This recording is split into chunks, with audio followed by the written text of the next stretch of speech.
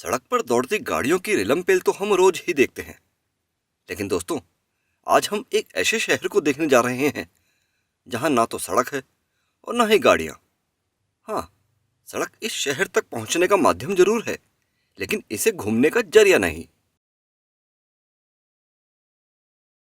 दोस्तों, आज हम यूरोप के इटली की ही एक ऐसी सिटी को एक्सप्लोर करने जा रहे हैं जो कि इटली की बिग सिटीज लाइक मिलान, रोम, फ्लोरेंस के नजदीक है और यहाँ से रेल नेटवर्क से जुड़ी हुई है। दोस्तों, ये शहर कई द्वीपों का समूह है जो कि एड्रियाटिक सी के किनारे वेनेशियन लगून के मध्य में बसा है और इस शहर का नाम है Venice.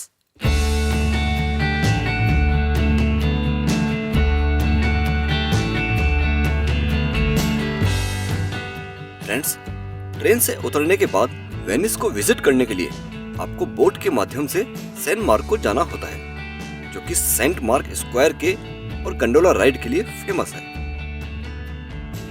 Saint Mark square Venice का मेन टूरिस्ट अट्रैक्शन है। ये बोट वहां से कुछ दूर आपको ड्रॉप कर देती है। दोस्तों, वेनिस एक आइलैंड सिटी होने की वजह से एक पॉपुलर क्रूज डेस्टिनेशन भी है। यहाँ से कई प्रकार के छोटे बड़े क्रूज यूरोप की अलग अलग सिटीज को एक्सप्लोर करवाते हैं।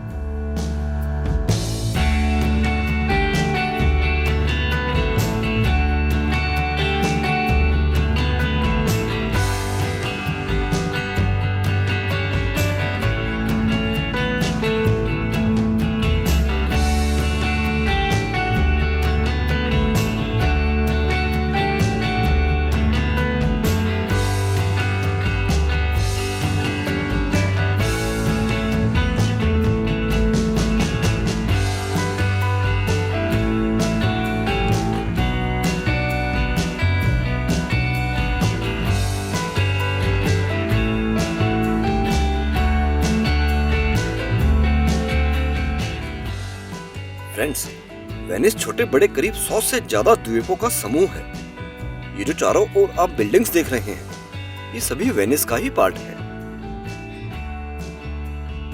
यहाँ हर द्वीप की अलग कॉलोनी है और इन सभी द्वीपों को करीब 115 नहरों द्वारा जोड़ा गया है।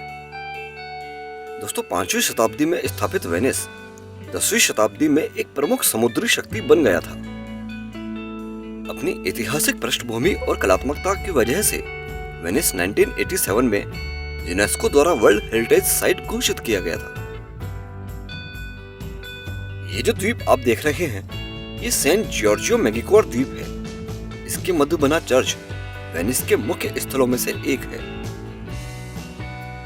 पानी के बीच में बसा ये शहर अपनी विशेष बनावट की वजह से आज भी नो व्हीकल सिटी है। यहाँ आवागमन का साधन सिर्फ ये नावें या फिर गंडोला ही है।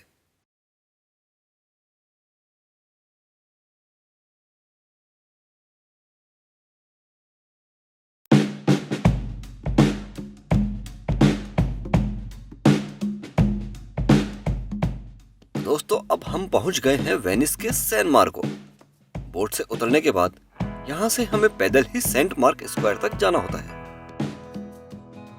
ये जो बीच में आप छोटे पुल देख रहे हैं, ये उन नहरों के ऊपर बने हैं जो उन्हें समुद्र से जोड़ती है।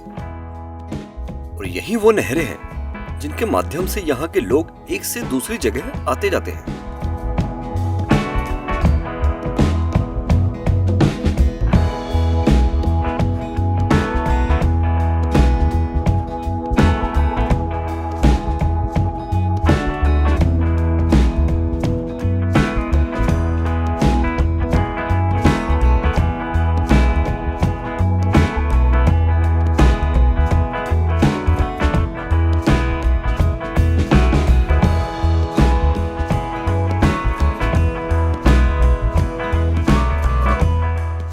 दोस्तों, अब वक्त हो चला है गंडोला राइड का, जिसके माध्यम से हम वेनिस के अंदरूनी भाग को एक्सप्लोर करते हैं।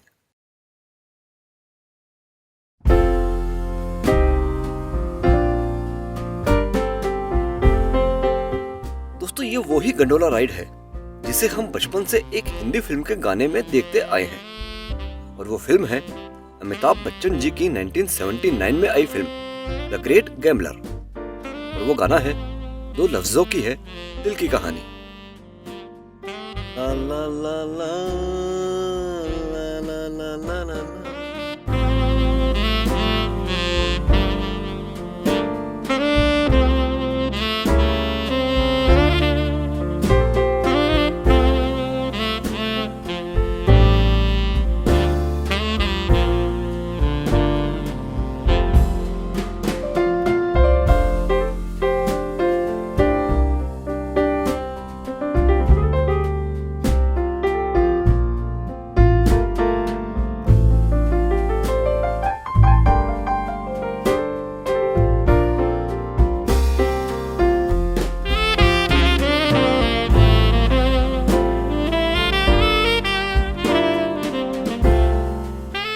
दोस्तों, गंडोला एक विशेष बनावट की नाव है।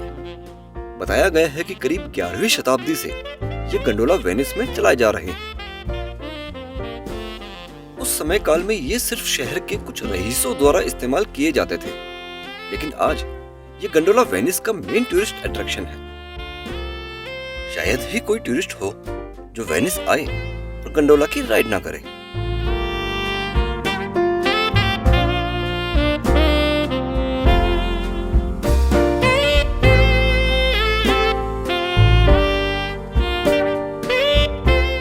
गंडोला की खास बात है कि इन्हें एक ही चप्पू से चलाया जाता है और जो ये नाविक हैं, इन्हें गंडोलियर कहा जाता है।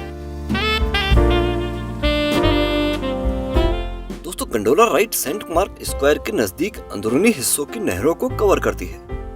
इस दौरान आप वेनिस के कुछ अंदरूनी हिस्सों को करीब से देखते हैं और इन हिस्सों को देखने के बाद आपको खुद ही ये एहसास हो जाएगा कि क्यों वेनिस नो व्हीकल जोन है। और ये जो आप इन नहरों पे बने पुल देख रहे हैं, ऐसे तकरीबन 400 से ज्यादा पुल इन नहरों के बीच कॉलोनियों को आपस में जोड़ते हैं।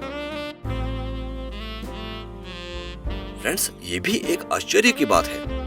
ये जो आप बिल्डिंग्स देख रहे हैं, ये सभी पानी में लकड़ियों के ऊपर टिकी हुई है। बताया जाता है कि करोड़ों की तादाद में उच्च गुणवत्ता की लकड़ियों को पानी में गहराई तक ठोककर उसके ऊपर निर्माण किया गया है और ये निर्माण पद्धति 1000 साल से भी ज्यादा पुरानी है।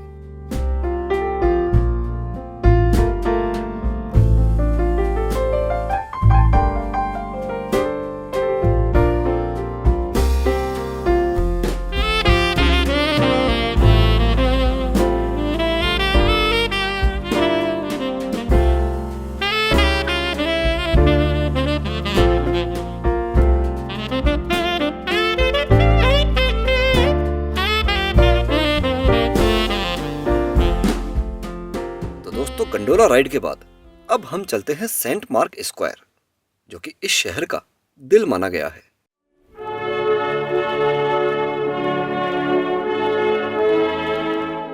ये एक बड़ा चौक है जो कि वेनिस में होने वाले कल्चरल प्रोग्राम का मेन स्पॉट है। इसके मध्य बना ये वॉच टावर करीब 14वीं शताब्दी के अंत में बनाया गया था। इस टावर की ऊंचाई करीब 324 फीट बताई जाती है, इसलिए इसमें ऊपरी मंजिल तक जाने के लिए लिफ्ट का इस्तेमाल करना पड़ता है।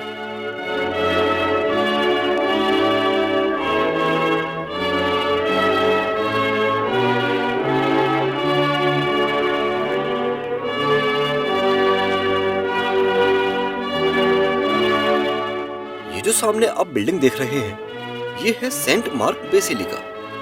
ये वेनिस का एक मुख्य चर्च है। इसे गोल्ड चर्च के नाम से भी जाना जाता है।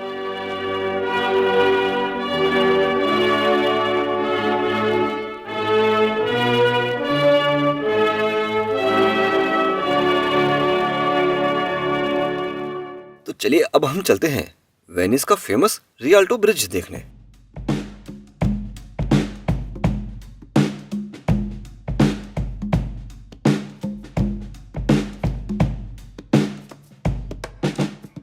रियाल्टो ब्रिज के लिए हमें सेंट मार्क स्क्वायर से पैदल ही जाना होता है और इस दरमियान हम शहर के अंदरूनी हिस्से को और नजदीक से देख पाते हैं।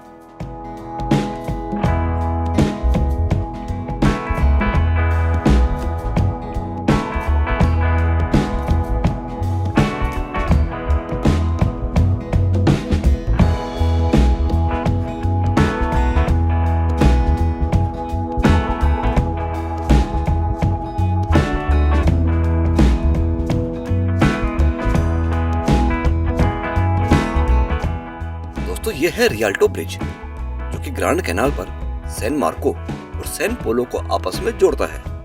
16वीं शताब्दी में बना यह ब्रिज वेनिस के मेन टूरिस्ट अट्रैक्शन में से एक है।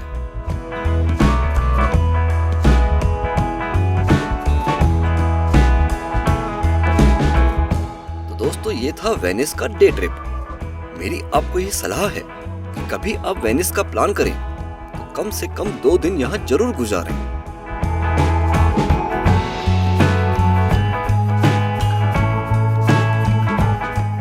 फ्रेंड्स, डे ट्रिप में सैन मार्को और रियाल्टो को विजिट करने के बाद हमें फिर से बोट के माध्यम से रेलवे स्टेशन या फिर एयरपोर्ट जाना होता है। ध्यान रहे, यहाँ एयरपोर्ट और स्टेशन के लिए कोई टैक्सी सुविधा नहीं है।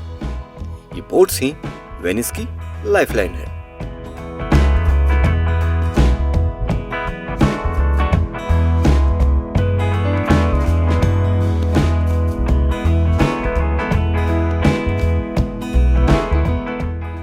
तो ये था इटली के शहर वेनिस का डे ट्रिप। फिर मिलेंगे अगले किसी वीडियो में। तब तक के लिए मैं राकेश गोगना आपसे इजाजत लेता हूँ। नमस्कार।